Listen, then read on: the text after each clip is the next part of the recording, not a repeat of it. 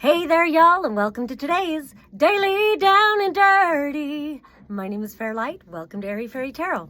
All right, y'all, the message today is where you put your focus, because it looks like there's a lot of fuck shit that could be distracting you, that wants your attention, but your attention is on you as the magician. In this deck, it's called the shaman, but you are at the center of it all, and that's the most important thing. That there can be things going on, and it can be things that are very personal to you. It looks like there could be a fucked up romantic relationship that just isn't working out, that really could be pulling all of your energy, but you don't have to let it take you down. It could be, anything. It could be a family situation, it could be a work situation, whatever it is, the focus is on you and what you are choosing to put your focus on, what you're choosing to align to, what you are choosing to manifest. So on either side of this shaman or magician card, we've got the Five of Pentacles and the Temperance card reversed.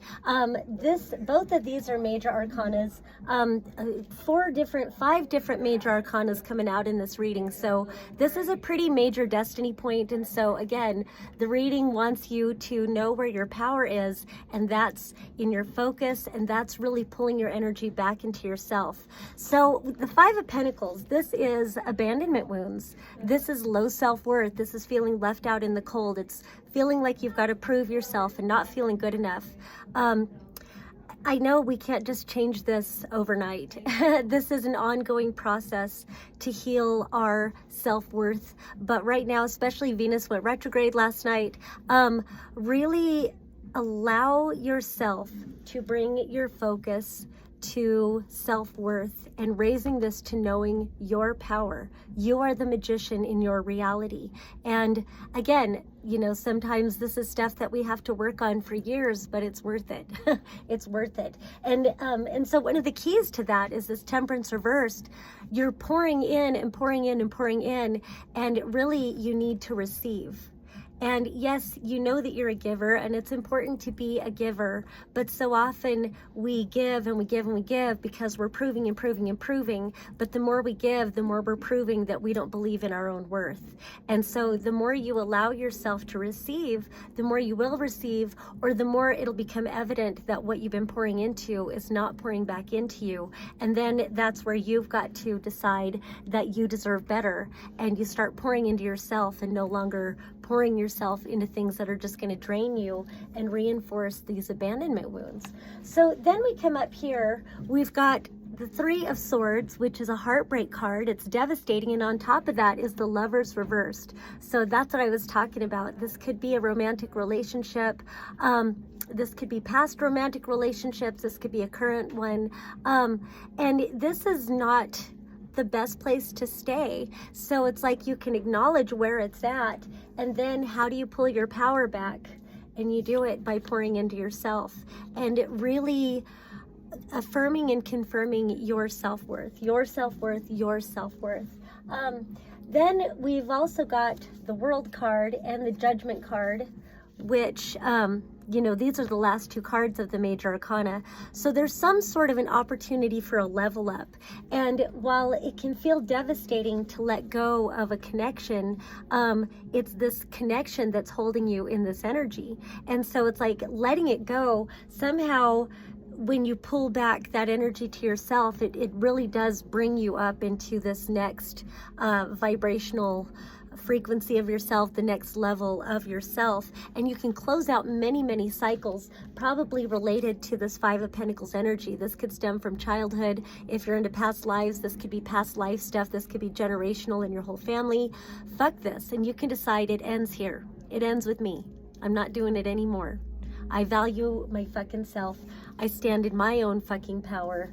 I take my power back and I pour into myself. So, and then we've got, I didn't realize there were all these other cards. It was the Ace of Cups reversed, the Moon upright, the King of Wands reversed, and then the one that I did see is the Four of Swords, and then behind that is the Five of Swords. So like really recognize, I feel like because many of us are having like new psychic breakthroughs, recognizing when something feels off. And so often if we speak our feelings, the other person might gaslight you, might, you know, oh, you're always energizing things, or oh, don't start that again, or oh, you know, why are they not willing to talk about it? And whether your feelings are valid or not, they should be important to somebody that's this fucking important to you.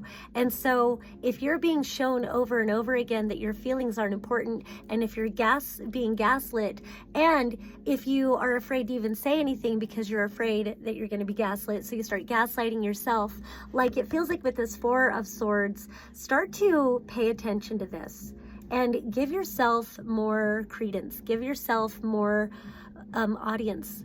Listen and write things down, and don't just let things pass, because that's like a repression, and that can turn to illness, can turn to mental illness, it can turn to physical illness, and there's no reason to carry that around. You have the power to be happy, but definitely, again, recognizing what is draining you, what is not nourishing you, recognizing situations, and decide that you deserve better. This is not the best you can do if you're miserable.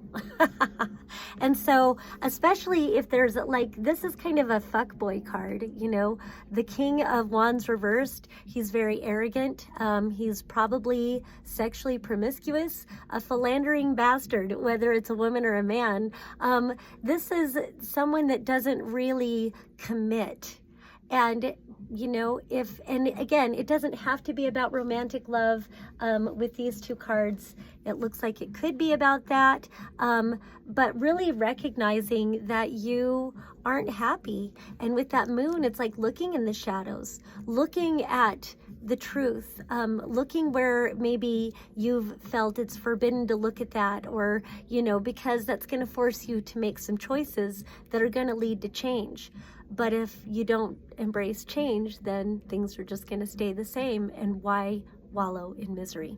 So then I want to end. I meant to read whatever this card was about before I started the reading, so I don't know if this will tie into the rest of the cards or not. But what we got was the Keeper of Innocence. I so love this beautiful deck. The Keeper of Innocence. That's towards the end, I'm pretty sure. Okay. Many of us were spoon-fed the concept of original sin, but have never heard the story of original innocence. It goes like this. You were born from purity, a luminous soul created from a morsel of the divine, housed in a human body.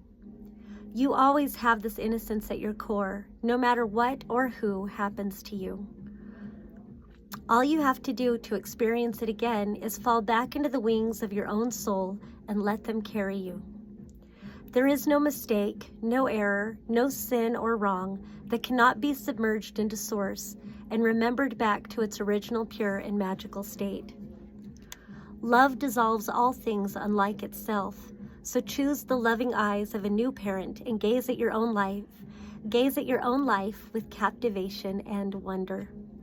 Now is the time to connect with the innocent, whole, breathtaking soul you were born with.